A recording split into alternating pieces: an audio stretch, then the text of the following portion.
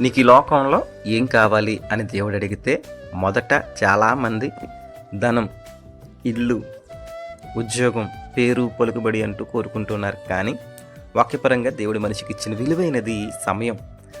ఎందుకంటే పుట్టిన క్షణం నుంచి మరణించే క్షణం వరకు మనిషి కాలం అనే చక్రంలోనే ఉంటాడు. ధనం పోతే తిరిగి సంపాదించవచ్చు, ఆరోగ్యం పోతే తిరిగి పొందవచ్చు కొంతవరకు. కానీ గడిచిపోయిన కాలాన్ని తిరిగి పొందలేం కదా. నోవాహు 120 సంవత్సరాలు ప్రజలకు దేవుని ఉగ్రత గురించి చెప్తే వారు తినుచూ త్రాగొచ్చు కాలాన్ని వృధా చేశారు. అదే సమయంలో నోవాహు ఓడగట్టుకున్నాడు. అది చూచి ప్రజలు పిచ్చివాడిలా నవ్వారు. కానీ వర్షం మొదలైన తర్వాత వారికి ఆ ఓడ విలువ తెలిసింది. తర్వాత ఓడ కట్టాలన్న వారి దగ్గర సమయం లేదు కదా. అందుకే దీపం ఉండగా నీళ్ళు చక్కబెట్టుకోవాలి అంటారు. అలానే హిజ్కియా కూడా తన ఆయుష్కాలం తీరిపోయిందని హిజ్కియాకు యెషయా చెప్పినప్పుడు ప్రార్థించి 15 సంవత్సరాలు బ్రతుకు కాలాన్ని పెంచుకున్నాడు కదా.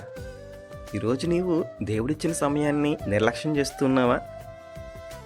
కాలంతో పరిగెత్తి నీవు నోవాహులా ఉన్న సమయంలో దేవునికి లోబడి బ్రతుకు మిత్రమా. నోవాహు తోడుగా ఉన్న దేవుడు నీకు తోడుగా ఉంటాడు.